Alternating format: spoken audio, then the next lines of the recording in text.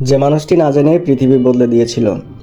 আপনি কি জানেন, একজন দরিদ্র মানুষের ব্যর্থ ব্যবসার আইডিয়া আধুনিক শিক্ষা, বিজ্ঞান, এমনকি গণতন্ত্রের জন্ম দিয়েছে?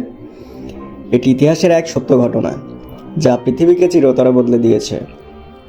1400 সালের আগে বই ছিল বিলাসবহুল জিনিস। প্রতিটি বই হাতে লিখে কপি করা হতো শব্দে শব্দে। শুধু রাজা, গির্জা আর ধনীরাই বই পড়তে পারত।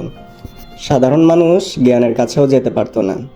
তখন আবির্ভাব হলো জোহানেস গুটেনবার্গের, জার্মানের এক সাধারণ ধাতুকর্মীর। তিনি ছিলেন না বিখ্যাত, না ছিলেন ক্ষমতাবান, বরং ঋণে ডুবে থাকা এক ব্যর্থ মানুষ। কিন্তু তার মাথায় ছিল এক অসাধারণ ধারণা, মুভেবল মেটাল টাইপ, অর্থাৎ এমন এক অক্ষর যা বারবার ব্যবহার করে বই ছাপা যায়।